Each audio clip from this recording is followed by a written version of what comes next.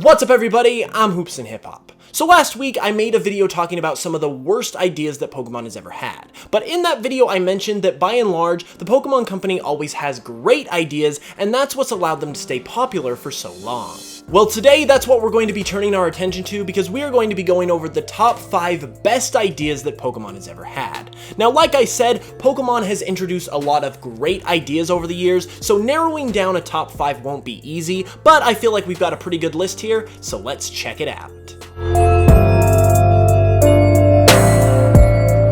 Now at number 5 on this list is probably the most crucial of the 5 that we're going to be talking about here, because it gave Game Freak a huge boost in popularity that ultimately allowed it to coast into the future years and maintain itself the way it has so well over this 20 long year history. And that of course would be the decision to include Mew in Pokemon Red and Green. Now I know that this story doesn't need much explaining because I'm sure you've all heard of it in some way, shape, or form, but basically, in a nutshell, the story goes is that Shigeki Morimoto, who was the battle designer for the original Pokemon Red and Green games, ultimately just a couple weeks before the launch of the game, decided to include Mew in the game after they took out the debug software because there was a little space left on the cartridge for them to put something, and he just decided to put Mew in there as a secret Pokemon. Now, after the games were released, it was Game Freak's plan to distribute Mew much the way they distribute Pokemon now, in an event where they hold a contest and basically lucky winners get to have Mew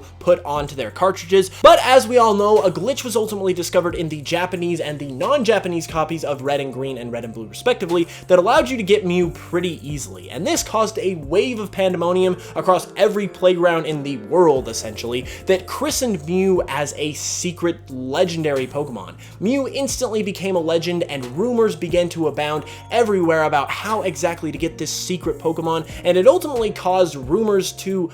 come about other Pokemon that ultimately weren't true, but it created a wave of mystery and intrigue around the Pokemon games that ultimately gave it a huge wave and burst of popularity that allowed it to ultimately continue into what we know today. So this last second decision to include Mew, even though it was never really intended to end up the way it did, was huge in terms of maintaining and giving Pokemon the popularity that it ultimately saw over the next few years.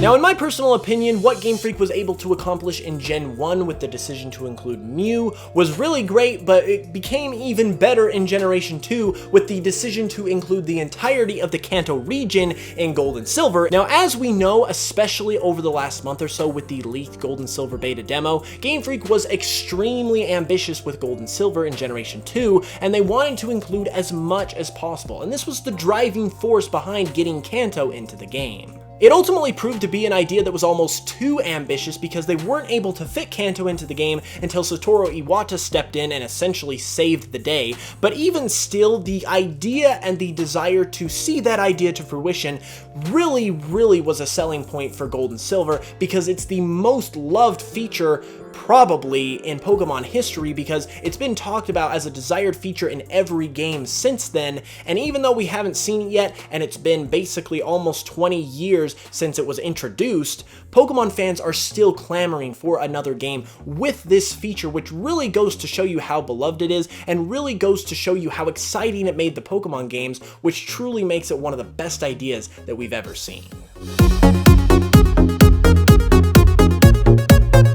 Now, this next decision was truly monumental for Pokemon because it established one of the huge pillars that keeps Pokemon afloat even during its slowest days, and that would be the introduction of natures and abilities in Generation 3. Now, while these two things certainly added a twist to the gameplay of the main story in Ruby and Sapphire, the real benefit of the introduction of natures and abilities was essentially that it established an official Pokemon competitive scene, which obviously nowadays is absolutely huge and is one of the huge major pillars that essentially keeps Pokemon afloat. So this is a huge part of Pokemon's fan base and its popularity, and essentially what this did in introducing natures and abilities was Game Freak essentially saying that they are going to support that aspect of the game. We've seen with other games like Super Smash Bros. Where Nintendo was reluctant to support the competitive fan community for a while because they didn't want their game turning into strictly a competitive game.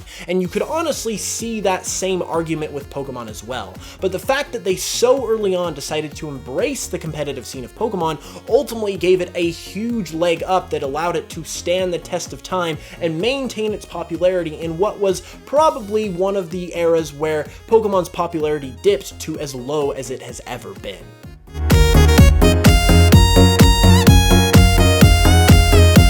Now, at number 2 is an interesting feature just because it's so new, and I was a bit reluctant to put a new feature this high on a list like this, just because I wasn't sure if we've really had it around long enough to truly appreciate it and evaluate it, but I decided that it was just that good, so it needed to be on this list, and that, of course, would be Alola Forms. However, if we take a closer look below the surface of this idea, I think the thing that really seals the deal on this one as a phenomenal idea is that it is accessible to every Pokemon. I've been talking a lot about Mega Evolutions over the past few months in various videos, and while obviously Mega Evolution is a great feature that a lot of people like, there have actually been a lot of people that have been vocal in the comment section of my videos saying that they don't really like Mega Evolution that much because it favors popular Pokemon or strong Pokemon, and not every Pokemon is able to take advantage of it. However, all of that is completely off the table when it comes to Alola Forms, because none of that is what ultimately decides what gets you a regional variant form as a Pokemon.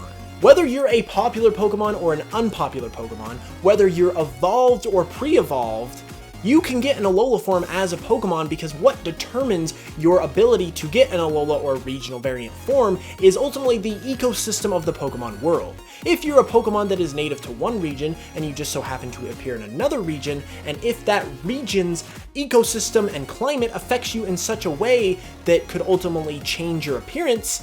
Game Freak has allowed that to change any Pokemon's appearance, essentially. And obviously, when it comes to nature, nature doesn't hold a bias. Nature doesn't judge. It's going to affect and change any type of Pokemon or any type of creature, regardless of how cool it is or how developed it is or how evolved it is. So really, this gives an equal opportunity to every Pokemon to get a cool form change in future Pokemon games, which is absolutely fantastic.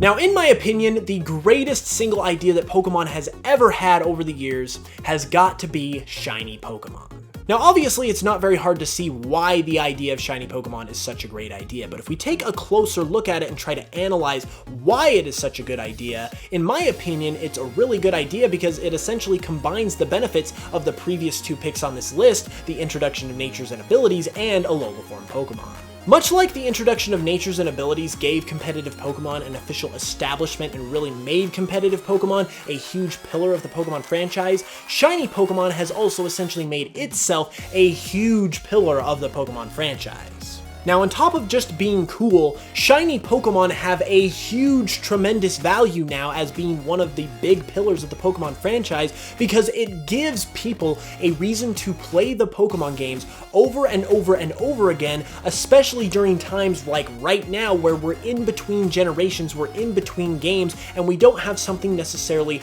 new or exciting to play right here, right now. It gives you a reason to always be playing Pokemon because you're always trying to find your next shiny, which frankly is really ingenious. And finally, similar to the Alola form part of this equation, shiny Pokemon are essentially different forms of established Pokemon, which of course is exciting, but it's done in such a way that is very, very easy to translate and continue on in future generations, because it's essentially a palette swap, which is very easy to implement for new Pokemon, and much easier than Alola forms, but it still gives you that sense of hunting out a new form of a Pokemon, so it's essentially the best of both worlds, where we as fans get new forms of these Pokemon every generation, but it's not very hard for Game Freak to implement either, because it's literally just changing a color here and changing a color there. So, for its immense popularity, the way it has been able to make itself a central pillar of the Pokemon franchise and segment out a huge chunk of the Pokemon community that is dedicated to it, and for its simplistic design that allows it to maintain itself and include itself in every generation of Pokemon moving forward, makes shiny Pokemon, in my mind, the greatest idea that Pokemon has ever had. And there it is, everybody. Now, the interesting thing about this list is that it essentially spans all of the generations, which personally to me is just a microcosm of how well Pokemon has been able to introduce these new ideas over the years and maintain its popularity. If you guys enjoyed the video though, be sure to give it a like because it really helps out. And if you're new to the channel, be sure to subscribe because we're almost to 70,000 subscribers and I'm really excited for that. And I post Pokemon content each and every week and I know you won't regret it. Also, be sure to let me know in the comments below what you think of this list, what you think of these ideas, and if there are any other ideas out there that you think should be mentioned among the best ideas that Pokemon has ever had. Anyways though, with all that being said, I will be back with another video very soon, so thank you once again for watching, and until the next one, as always, I will smell you guys later.